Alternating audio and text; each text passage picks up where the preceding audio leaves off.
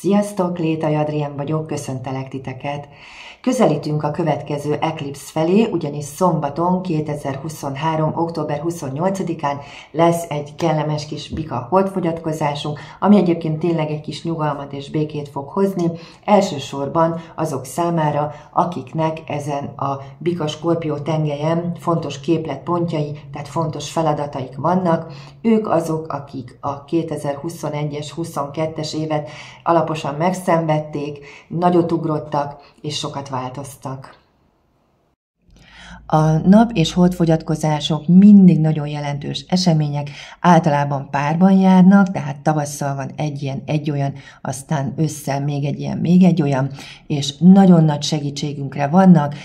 visznek minket, kísérnek minket előre a fejlődés útján, és segítenek, hogy megszabaduljunk olyan dolgoktól, amiktől már régen meg kellett volna szabadulnunk.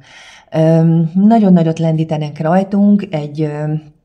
kicsit olyan, mint amikor sétálunk a pici gyerekünkkel, fogjuk a kezét, haladunk az utcán, és akkor ott van egy pocsolya, és amikor közel érünk, akkor fölemeljük a karjánál fogva, és átlendítjük a pocsolyán. Nos, hát az eklipszek is kicsit ezt csinálják, fogják a kezünket, és segítenek, megadják a kellő lökést, hogy előrefelé tudjunk menni. Hát a probléma csak abból adódik, amikor megtorpanunk a pocsolya szélén, vagy megpróbálunk visszafelé szaladni. Tehát az eklipszekre mindig úgy kell tekinteni, mint óriási segítségre, olyan energiákra, amikre támaszkodhatunk, amik segítenek minket, segítenek a tapasztalásban, a fejlődésben, bár nyilván benne lenni a sűrűjében nem mindig olyan kellemes. Arról már többször volt szó, hogy idén áprilisban beindultak a kos energiák, majd július folyamán becsatlakozott a felszálló holdcsomópont, az is átlépett a kosba, és így beindult egy 1,5-2 éves energetikai tánc a kos mérleg tengelyen. Általában a fel- és leszálló holdcsomópontok egyszerre váltanak jegyet a nap- és holdfogyatkozásokkal, tehát egymást segítik, és együttes erővel támogatnak minket előrefelé. A kos mérleg tengelyt megelőzően a fel- és leszálló holdcsomópont tengely, illetve a nap- és holdfogyatkozások is a bika-skorpió tengelyen haladtak,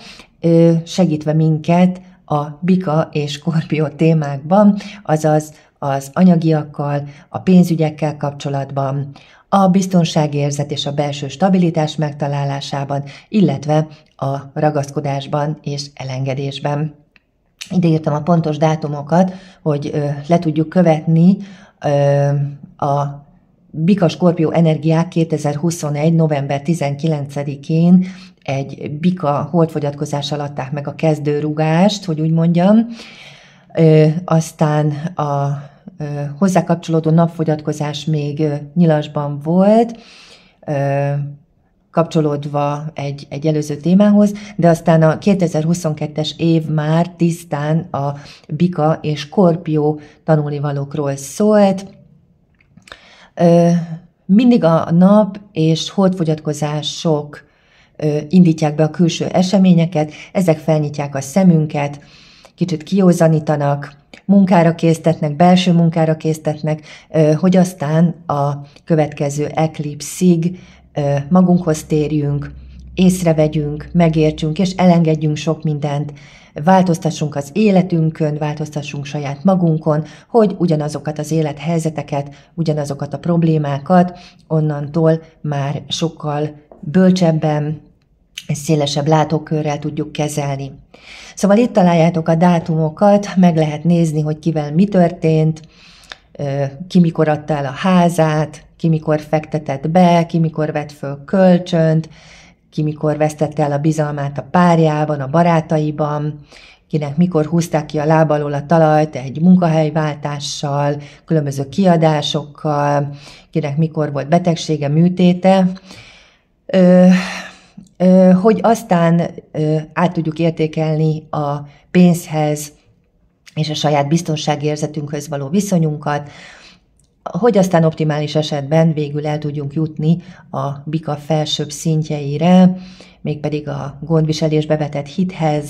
az önmagamban való hithez, az önbizalomhoz, a belső erőhöz, amikor ráébredek, hogy minden rendben van az univerzumban, gondoskodnak rólam, és nem biztos, hogy a pénz és a felhalmozott vagyon nyújtja a tökéletes biztonságot.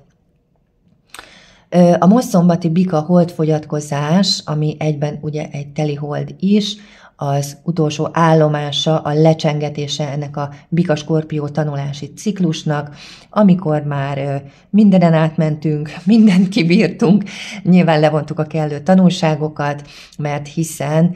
idén már ezzel párhuzamosan beindultak a kos mérleg energiák, amik tisztán meg fogják határozni a jövő évet egészen 2025. januárjáig.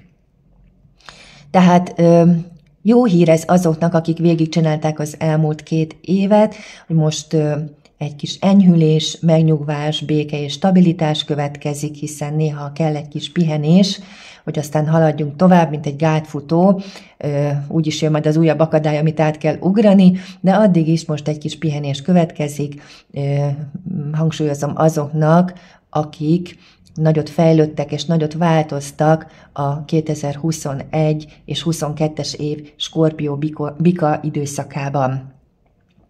A mostani bika holdfogyatkozás az egyben egy telihold is, tehát a nap és a hold pontosan szemben állnak egymással,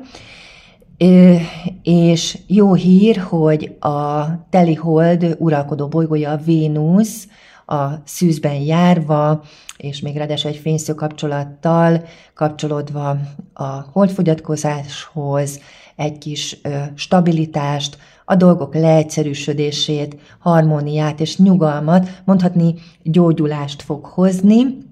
és plusz jó hír, hogy a mostani holdfogyatkozást a Jupiter is kíséri, a nagy szerencse bolygója, ami